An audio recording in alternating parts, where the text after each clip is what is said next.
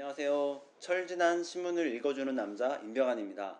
저는 사실 휴대폰으로 검색해서 찾아볼 수 없는 그 대한민국 근대의 골목 역사를 한번 전달하고 싶어요. 그 중에서 오늘은 대전역을 이야기해보고 싶어요. 대전역. 대전역이라면 이제 서울에서 부산까지 이어지는 경부선의 여러 정차역 중에 하나라고 이야기한다면 좀 의미를 너무 좀 과소평가한 것일까요? 그러나 대전이란 도시가 한바지라는 넓은 벌판에 철도가 만들어지면서 생긴 도시이기 때문에 탄생 과정이 그렇게 화려한 도시는 아니죠. 또 대전역은 1950년 한국 전쟁이 발발했을 때 크게 파괴된 시설입니다. 남침한 북한군에 의해서 먼저 파괴되었고요. 이 도시를 다시 수복하기 위해 미군과 유엔군에 의해서 폭격이 이루어지면서 대전역과 그 주변은 초토화되었습니다. 제가 2015년도에 유성구 사기막골이라는 동네에서 한국전쟁 당시 사기막골에서 있었던 미군 전투기에 의한 민간인 희생 사건을 취재하기 위해서 그 어르신을 인터뷰를 했는데, 그 어르신이 전쟁 당시에 대전역에서 이루어졌던 항공기에 의한 폭격도 목격을 하셨더라고요. 그분이 그 당시에 이제 언덕바지에 올라서 대전역 상공에서 비행기가 폭탄을 투하하는 모습을 저한테 이렇게 표현을 하셨어요. 마치 염소가 똥을 누는 모양과 같더라 라는 말씀이었어요. 그 말씀은 무엇이냐면, 비행기 폭격기가 대전 상공을 지나가면서 항공용 폭탄, 시꺼먼 폭탄을 떨어뜨리는 게 마치 염소가 변을 누를 때 콩알만한 것들이 두두두둑 떨어지듯이 수많은 폭탄들이 대전역 상공으로 떨어졌다는 얘기죠. 이제 휴전에 들어가서 대전에서는 그 화약 냄새가 채 가시기도 전에 시민들의 삶이 다시 시작이 됐습니다. 지금은 우리가 발전이라는 단어를 좋아하고 자주 사용하죠. 근데 이 당시만 해도 재건이라는 단어가 자주 사용됐습니다. 전쟁의 폐허를 딛고 도시를 다시 세운다는 의미겠죠. 민간에서 재건의 바람이 불어 도시의 모습이 좀 쇄신되어 갈수록 전쟁의 상처를 지닌 대전역에 대한 문제는 계속됐습니다. 1958년 4월 중도일보 지면을 보면요, 이런 기사가 있습니다. 6.25 사변의 참상을 유독 혼자만 간직하고 있는 대전 역사는 중도 대전이 괄목할 만한 발전을 이룩했음에도 판잣집 신세를 면치 못하고 하루 2만 명의 여객에게 불편을 초래하고 있다고 말이죠. 또 같은 기사에서 동란시 파괴된 후 지금까지 임시 역사에서 집무 중인데, 원체에 협소한 역사에다가 대합실에 의자 한 개도 마련되어 있지 않고 몸둘 곳 없는 아수라장화되고 있다고 말해요.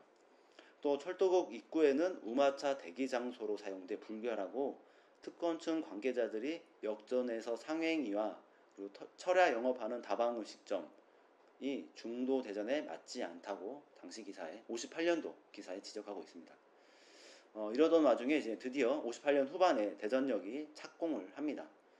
이때 대전역은 아주토건이라는 건설사가 낙찰을 받아 건설을 시작을 했는데, 당시 화폐 기준으로 3억 2천여만 환, 그리고 ICA 즉 미국 원조 자금 6만 5천 불을 받아서 착공 400일 만에 공사를 끝내 준공을 했는데, 1959년 8월 15일 대전 역사 신청식은 개청을 했고, 준공식은 같은 달인 8월 21일 개최됐습니다. 지상 3층 철근 근대식 타일 건물로 대전 시내 최대의 근대식 건물이라고 당시 기사에 게재되었습니다. 역사를 짓는데 1년간 들어간 노무자 그리고 근로자가 약 3만 3천 명에 달했다고 합니다. 그 대전역 준공식에는 교통부 장관과 재무부 장관, 문교부 장관 등 4부 장관이 모두 참석했고, 특이하게도 ICA 즉 미국 국제협력기구의 브래들리 부단장이 참석했습니다. 대전역 준공식에는 태극기와 함께 미국 성조기가 나란히 내걸렸는데, 아까 말씀대로 미국 원조 자금으로 대전 역사를 지었기 때문으로 보입니다. 저는 대전역에 새로운 역사를 짓는다는 게 근대 건축물을 짓는다는 것 그 이상의 의미가 있다고 생각해요. 일제가 건설한 철도이지만 대한민국이 일본에 의한 것보다 더 잘 운영하고 있음을 상징하는 게 대전역 준공이었고, 이 때문에 전쟁 폐허를 부수고 새 청사를 8월 15일에 개청을 했고요. 그리고 22일 준공식에는 정부 사요인이 참석을 했다고 봐요. 또 이승만 대통령도 대전역을 이때 다녀갔는데요. 중도일보 기사를 찾아보니까 대전역 준공식 뒤에 열흘 뒤에 이 대통령은 대전역을 방문해 플랫폼에서 맞이 나온 시민, 대전 시민 5만 명에게 인사를 하고 다시 서울로 출발했다는 기사가 있습니다.